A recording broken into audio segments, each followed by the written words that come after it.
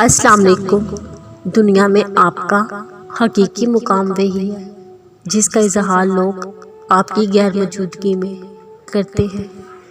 کچھ لوگوں سے نفرت نہیں ہوتی، بس ان کی کچھ باتیں سوچ کر ان کو محبت دینا مشکل ہو جاتا ہے۔ کسی کی خامی کا ذکر سب کے سامنے کرنا کم ظرفی کی نشانی ہے۔ اگر تم اللہ کی نعمتیں گننا چاہو تو انہیں گن نہ سکو، بے شک اللہ بہت بخشنے والا، نہایت رحم کرنے والا ہے۔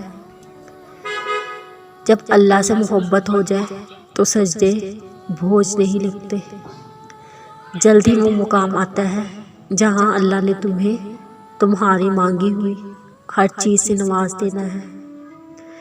تہجد کی دعائیں تو معجزوں کا عکس ہوتی ہیں۔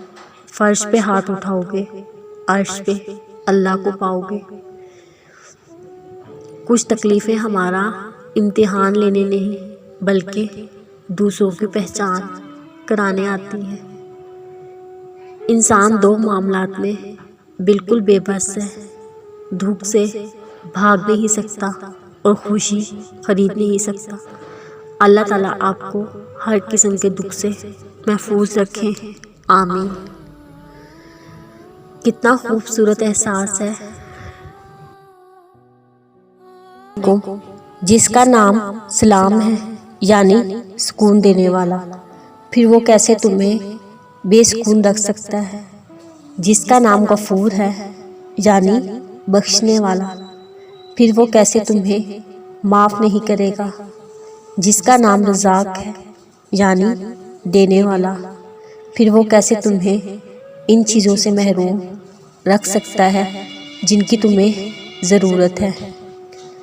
وہ فرماتا ہے، یہ سختی بس کچھ وقت کی بات ہے، صبر کر لو، میں صبر کرنے والوں کو پسند کرتا ہوں۔ زندگی میں لوگوں کا آنا بھی ایک مقصد ہوتا ہے۔ کچھ آپ کو آزمائیں گے، کچھ آپ کو سکھائیں گے، کچھ آپ کا استعمال کریں گے، کچھ آپ کو جینے کا صحیح مطلب بتائیں گے۔ وہ ابھی اگر نہیں دے رہا تو ہو سکتا ہے وہ تمہیں اپنے اور قریب لانا چاہتا ہو، یہ بھی ممکن ہے۔